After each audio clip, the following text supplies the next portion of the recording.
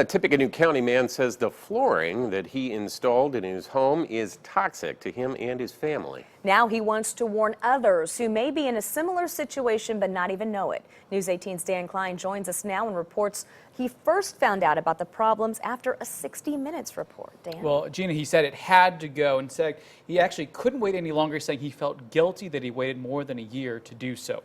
It's a company that involves Lumber Liquidators, the biggest retailer of hardwood flooring in North America. The company stopped selling all Chinese-made laminate flooring because of concerns about formaldehyde. Indiana currently does not have a standard, but the Environmental Protection Agency is expected to have a new rule for formaldehyde later this year. Peter Bednarski thought he got a good deal when he bought laminate flooring from Lumber Liquidators in Lafayette. A good price, and removing the carpet would help his wife's dust allergies. Instead, we got rid of one thing, but we ended up getting sick. Bednarski had the flooring installed in February of last year. But 1 week later, a 60 Minutes report aired.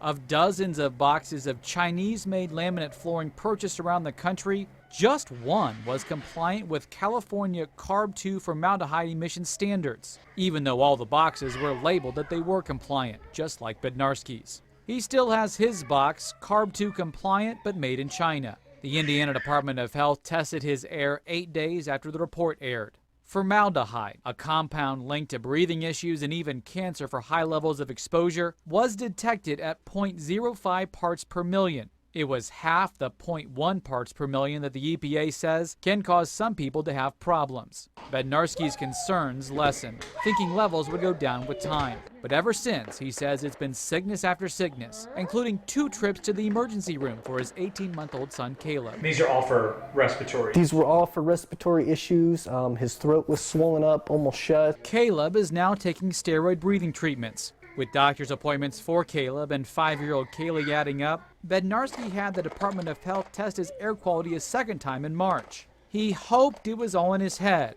But this time, results came back more than twice as high as before, 0.11 parts per million, above the EPA guideline. Bednarski now believes the first test was inaccurate because the home had been better ventilated. It kind of makes me feel pretty guilty because I left the floor in for a year. I should have just tore it out. Obviously, we're more concerned about development and children, things like that. So I can see where the family would be concerned about it. But there's no Indiana law governing formaldehyde in homes, although the EPA is currently considering adopting California's CARB 2 standard nationwide.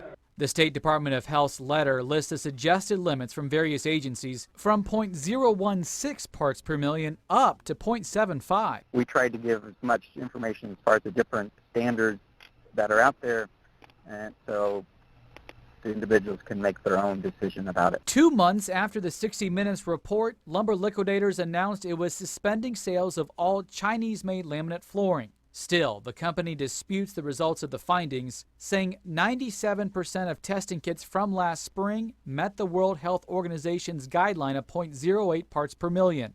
The company isn't satisfied with Bednarski's State Health Department air tests because they don't reveal where the formaldehyde is coming from.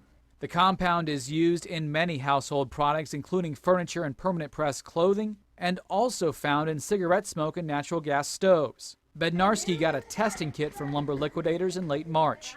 The results from an independent laboratory showed formaldehyde levels at 0.05 parts per million yet again. Lumber Liquidators declined to be interviewed for this story, but released a statement which says in part, "Customer satisfaction is our top priority, and that is why we made so many efforts to resolve the situation over several months." The results of the independent air testing for Mr. Bednarski's home were well within the World Health Organization standard for formaldehyde. We stand by those results and regret Mr. Bednarski doesn't accept them.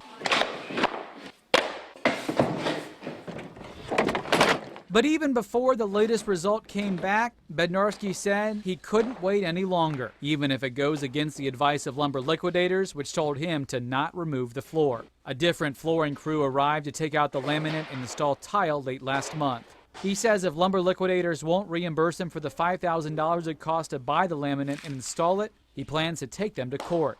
He'll be keeping samples of the laminate as proof. It's definitely the floor. I mean, there's no question about that. The 60 Minutes report alleges that Lumber Liquidators saved 10 to 15% on cost by using formaldehyde in the flooring.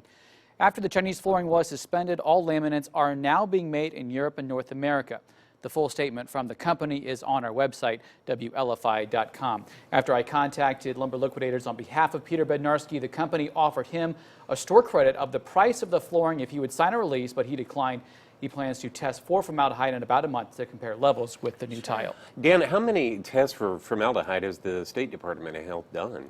In an average year, it's about 5 to 10 tests in that year, but in the 13 months after the 60 Minutes report aired, there was actually 39 requests. Not all are related to Lumber Liquidators, but the highest amount was 0.37 parts per million, a brand new home.